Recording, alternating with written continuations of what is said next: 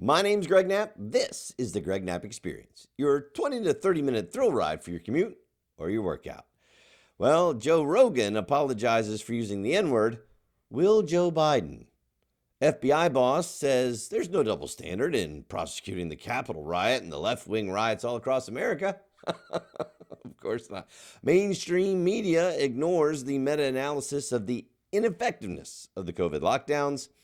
And an historic bridge is being dismantled for Jeff Bezos' yacht. But here's why it really shouldn't bother you. It's all coming up on the Greg Knapp Experience. Let's go. First, got to apologize for my voice. I'm going to have to keep it down a little bit because if I do my normal craziness, then you might not be able to understand what I'm saying because I may lose my voice. So here's what's happened. I've got the vid. I got the Rona. I've got it. And I am somebody who was vaccinated. I didn't get the booster, but I get vaccinated and I got it. And it's basically been a cold. And so I called a doctor that was able to prescribe me hydroxychloroquine. So I'm seeing if that helps. So far, it's been helping.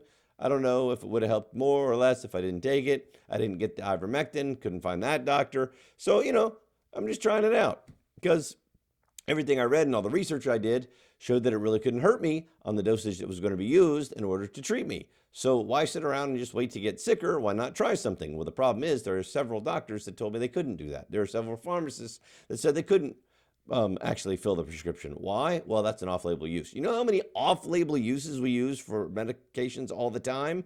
This was political, shouldn't have been political. It's ridiculous, and it's not following the science. I'm sorry, it's not. Well, the FDA says there's no proof of efficacy. That's true. There is no proof of efficacy as far as the FDA is concerned based on the studies they've looked at, but there are studies that show that it has been helping. There are also studies that show it hasn't been helping, kind of like with most things in science. But instead of letting people try, since there's, people actually dying, they're doing this nonsense. It really bothers me, and it should bother you. So I'm going to try and stay a little bit calmer today and see if we can get through this thing. Okay, so let's start with Joe Rogan. This Joe Rogan thing really bothers me. It all goes to the cancel culture. I mean, Joe Rogan is not some crazy conspiracy theorist, right? This is a guy who's actually very middle of the road. This is the guy who has people on from the far left. He has people on from the right. He has people on in the middle. He talks about all kinds of stuff. And because he had on a couple doctors that talk about things like I just did there, hydroxychloroquine or ivermectin or some different ideas about the vaccines, he must go. And really, the real reason, if we get down to this, the real reason that they're after Joe Rogan so much is simply because he's going around them. He's going around the so-called elite in our mainstream media. He's going around the so-called elite in our government, and he is reaching more people with one episode than CNN does with their entire day schedule. And they don't like it. No, he's gone around the gatekeepers. He's not allowed to go around the gatekeepers.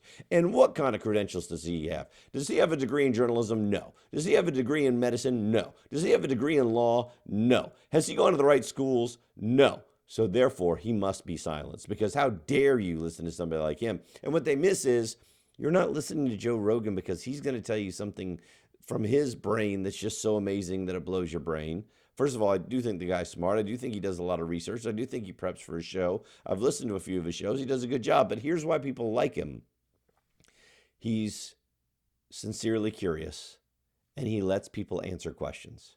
And he has a long 3-hour conversation with them so they can get their point out. He doesn't try and soundbite them. He doesn't try to shut them down. He lets them talk, no matter what side of the aisle they're on or what they have to say. And then he asks legitimate, curious questions based on what they say. Guess what? That's good interviewing. And so people want to actually hear what these guests have to say. And the so-called elite mainstream media and so-called elite politicians don't like it. So they're going after him. And the far left hates it because they can't have people researching on their own. You see, Don Lemon actually said, people researching on their own, what they're going to do with COVID. How dare you research on your own? Well, guess what? That's how Americans do it. So they go after Rogan. The far left really going after him. And once they couldn't get him off of Spotify simply based on the fact that he's bringing on doctors that disagree with the standard status quo, they had to dig deep and find something on him. Aha! They found him saying the N-word. So they clipped together him saying the N-word a bunch of times, zero context, and go, aha, he's got to go. And they said, what do you mean context? There's no context where a white person can say that. There's absolutely no context. He's got to go. So Rogan comes out and he apologizes. And he said, it looks effing horrible even to me. He admits using the word in the past, claims it would only be within the context of the conversation. But of course, context doesn't matter. It doesn't matter what the context is. Really? Well, if it doesn't matter what the context is for Joe Rogan, then it shouldn't matter what the context is for using the N-word for anybody, should it? How about for President Joe Biden? I'll get you that in just a second. First, though, if you're enjoying the show, please tell 3 friends to tell 3 friends. Pass on the show, get more people to listen to the Greg Knapp Experience, and check out the Greg Knapp Experience Facebook page. I'm also on Twitter and Parler and Gab and Rumble and YouTube, because we're trying to make sure that when they try to cancel me, you'll still be able to hear it. All right. Thank you. So, context doesn't matter. Okay. There are some Twitter videos that have come out since the Joe Rogan situation to show that 2 can play this game. The Young Turks is a far-left liberal political show, and they have a video with all of their anchors saying the N-word multiple times. I'm sure context was important there. And then we have the one with Joe Biden, okay? And the Daily Mail had it come out, and they called it scare quotes. Joe Biden quoted the N-word 13 times during his 1985 Senate hearings. Well, that was a long time ago, Greg. And that Senate hearing was about him trying to stop somebody being nominated who had used the N-word multiple times. And he's just reading off of a transcript, and that's all it is. So context matters. I thought context didn't matter. Here he is reading it back in 1985. And confidential portions of your staff memo, they brought to your attention the allegation that important legislators in defeating the Nunes plan in the basement said, quote, we already have a there, we don't need any more big shots. And the court cited evidence of discriminatory. Man. So, I had to bleep it out. I don't want to actually use the N-word because context doesn't matter. But I thought, wait, context does matter? Context doesn't matter. And I love, if you go on, Mediate, Tommy Christopher, here's the headline. Joe Rogan defenders have been circulating video of Joe Biden saying the N-word. Here's the full story. See, you need the full story for Joe Biden. You don't need the full story for Rogan. Defenders of Joe Rogan have been circulating a 1985 clip of then Senator Joe Biden using the uncensored N-word at a hearing, absent crucial context. While the manipulation is obvious, the full story and video are worth taking a look at. So when it's not Joe Rogan, the full story and the manipulation is worth looking for. When it's Joe Rogan, well, they put together this really cool clip that shows that he was a racist because he said the N-word. You got it? Good. You got to stay up on this stuff. Meanwhile, Spotify CEO Daniel Elk has released a statement saying they're still standing by Joe Rogan. I mean, they got $100 million in this guy. Yeah, I understand. Here it is. Well, I strongly condemn what Joe has said, and I agree with his decision to remove past episodes from our platform. I realize some will want more. Wait, Joe decided to remove those? Yeah, according to Spotify. I want to make one point very clear. I do not believe that silencing Joe is the answer. We should have clear lines around content and take action when they are crossed, but canceling voices is a slippery slope. Looking at the issue more broadly, it's critical thinking, an open debate. The power is real and necessary progress. Now, I agree with that. I just don't know how much Spotify really agrees with it. I think he goes on. If we believe in having an open platform as a core value of the company, then we must also believe in elevating all types of creators, including those from underrepresented communities and a diversity of backgrounds. We've been doing a great deal of work in that area, but I think we can do more. So I am committing to an incremental investment of $100 million for the licensing, development, and marketing of music, artists and songwriters, and audio content from historically marginalized group. Okay, so here's what they're trying to do. Spotify's trying to appease the left by saying, "Oh, we're gonna throw money at minority contributors, and we're gonna do everything we can to elevate their voice." And look, he's trying to feed the alligator. Here's the problem: the alligator's eventually gonna eat you. I don't care how much you appease it. You would think they would have learned this with Hitler. Are you comparing these people to Hitler? No, idiot. I'm comparing the situation to what happened back in Hitler when they thought, if we just give him a little land, we just give him a little what he wants, I'm sure he won't try to take on the whole world. I mean, that's crazy. Yeah, you feed the alligator, you're eventually going to get eaten. You have to stand up and say no. If I was in charge of Spotify, look, man, we have free speech in America. Some of it's offensive. Deal with it. Create your own podcast if you don't like it. Have your own guests on. Write your own articles. Organize marches. Engage with those you disagree with. Fight it out in the battlefield of ideas so that you can convince people that you're right and they're wrong. Look, we allow differing opinions on this platform. Put yours up against his and see what happens. That's what you do instead of apologizing. CNN's Don Lemon defending Whoopi Goldberg, by the way. Here's, again, the double standard, right? Joe Rogan's got to go. Whoopi Goldberg takes a 2-week vacation. You know, what are you going to do? CNN's Don Lemon defending Whoopi Goldberg because we have to be allies. Don Lemon tonight. In this environment, we have to be allies to each other. What environment? Well, the environment of those horrible people on the right, says Don Lemon. Sometimes your allies say stupid things. Sometimes they say dumb things. But guess what? They're your allies. They're at least on your side, and they're trying to learn. We have to stop trying to cancel people and shouting down our allies. So Don Lemon doesn't want you to cancel people, you know, if they're your ally. But those other awful people, sure, go ahead. Whoopi's an ally to the Jewish community. Really? She is? Are you sure?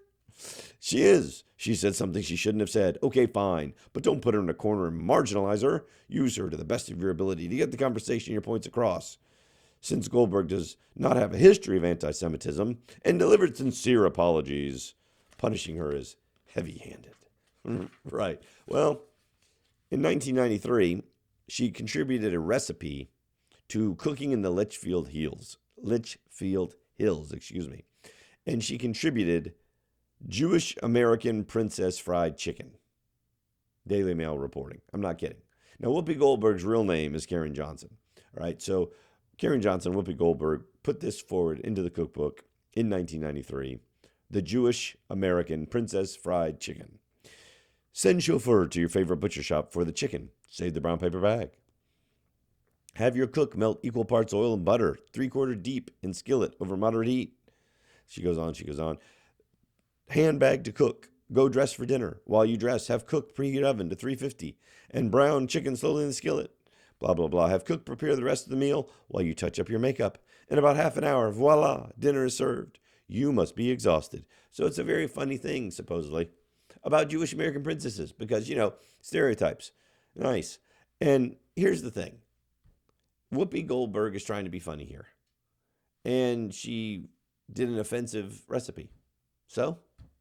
What do you mean so? I mean so.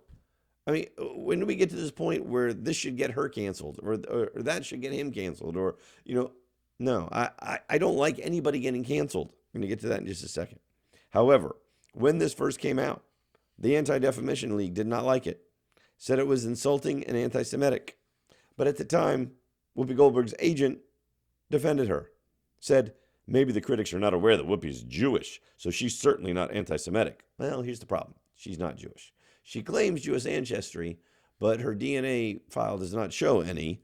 98% African, 2% European, zero evidence of Jewish ancestry ever shown. She is not converted to Judaism. Dan O'Reilly reported last week she has zero Jewish heritage, admits she doesn't practice Judaism, has never converted.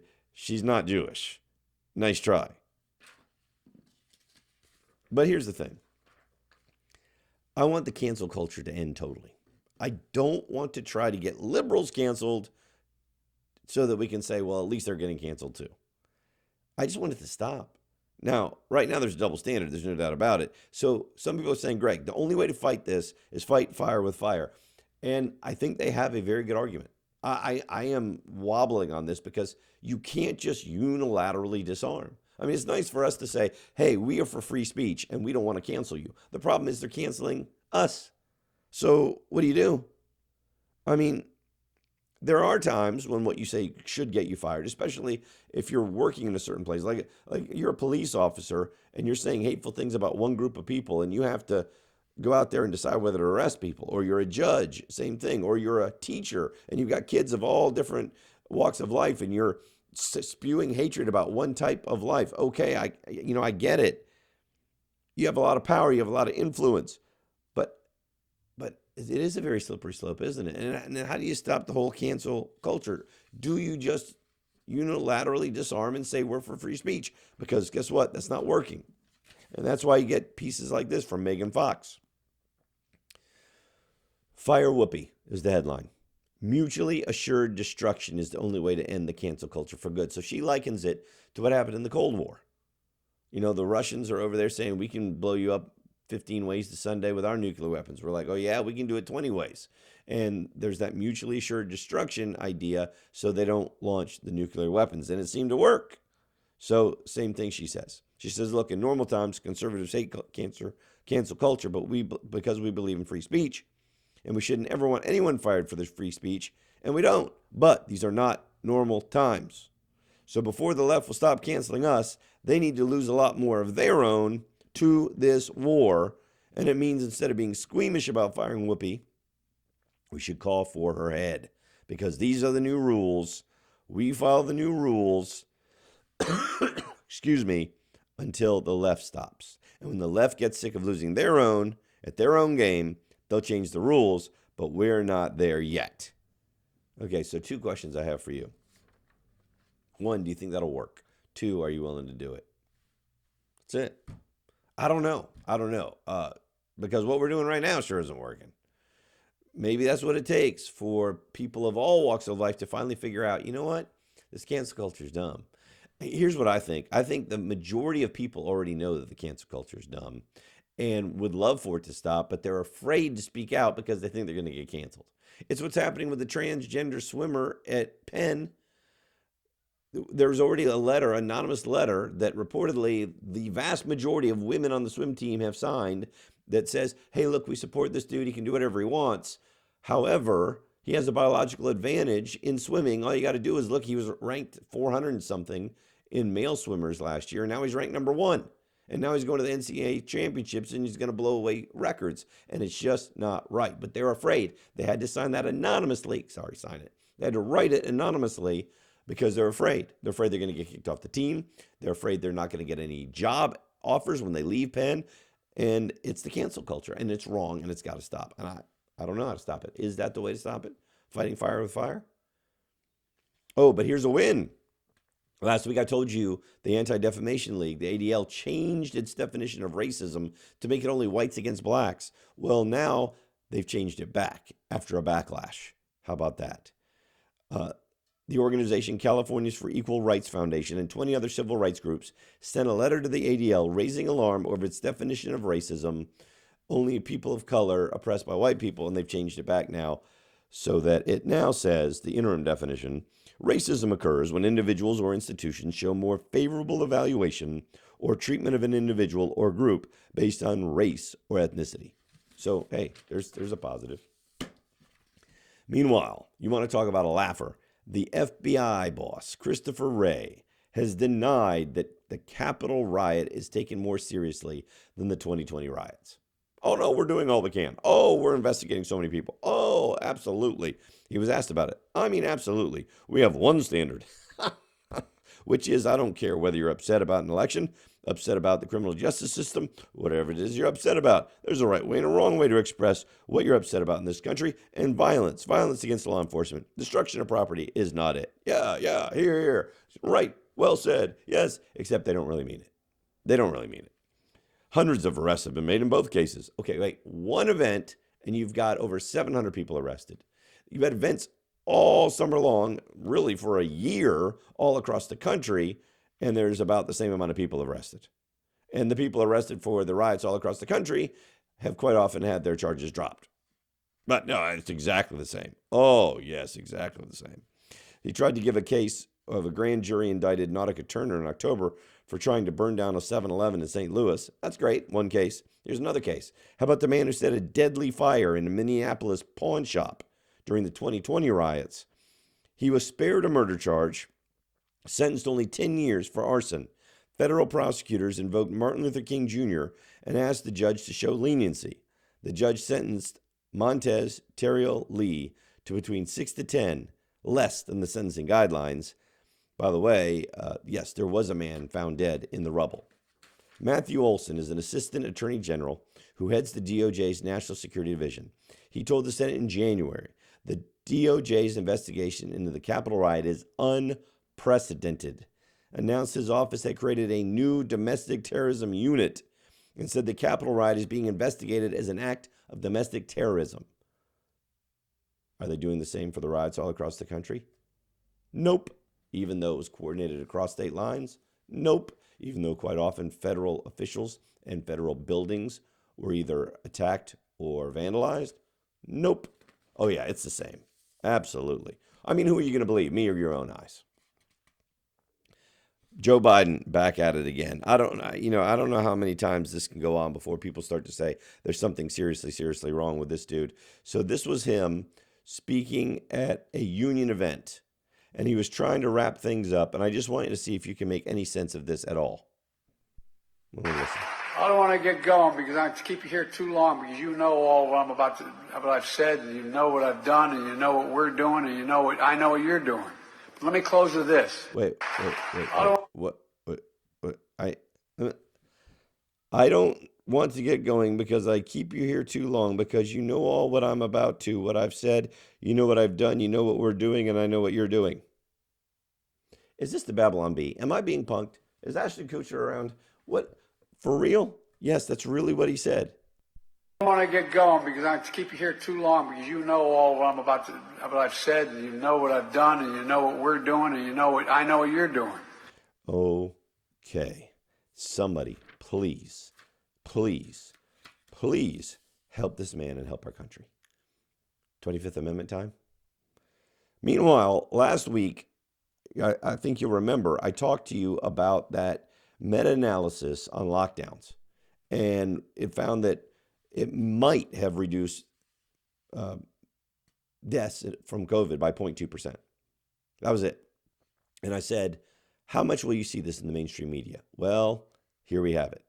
CNN, MSNBC, New York Times, Washington Post, ABC, CBS, NBC, all ignored that study last week.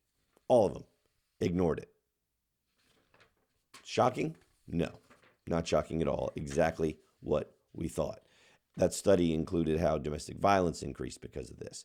Drug overdoses and deaths increased over that. The problem was schooling, the problem with unemployment, all the stuff that went into that. None of it even talked about on all those mainstream networks. And you got to start asking yourself why. Why will they not tell you the truth?